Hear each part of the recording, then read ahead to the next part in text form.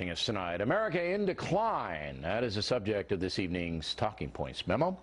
Russia's violation of international law raises a very unpleasant question. Is the USA now incapable of confronting dangerous behavior? The short answer is no. We can still right wrongs if we have the will. But the stark truth is America is getting weaker on almost every front. Let's start with economics. During President Obama's 5 years in office, median income for Americans has dropped about 7%.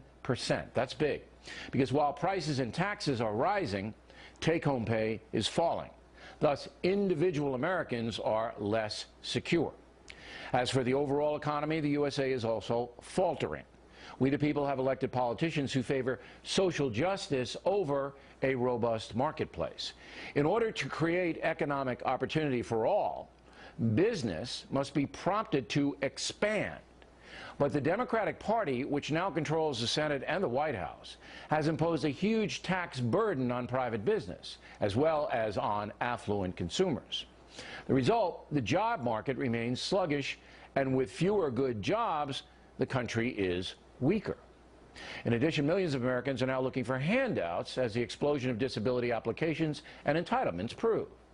On the military front, the nation is exhausted, therefore weaker. Iraq and Afghanistan have sapped money and manpower and left the American public with no appetite to right international wrongs. The Obama administration is even seeking to downsize the Army, a major mistake in a very dangerous world. The USA has lost its will to confront dangerous situations, and our allies almost across the board are timid due to selfishness. Their philosophy being, let America do it all. On the social front, we're heading for disaster. The collapse of the traditional American family speaks for itself. With almost 41% of American babies now born out of wedlock, many to poor, ill-educated women who cannot support them. The educational system is corrupt, with powerful teachers' unions refusing to impose responsible discipline in the public schools. Children at risk are beset with corruptive influences as the cynical entertainment industry peddles garbage to young people with little opposition from an apathetic media which tilts secular left.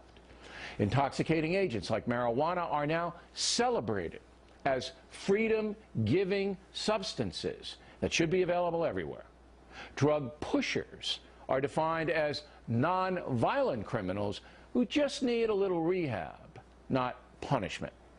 Crude behavior at sports arenas is tolerated, as is lying under oath in the nation's courtrooms, which are under siege by nuisance lawsuits designed by legal shakedown artists who have absolutely nothing to lose in a system which refuses to hold them accountable.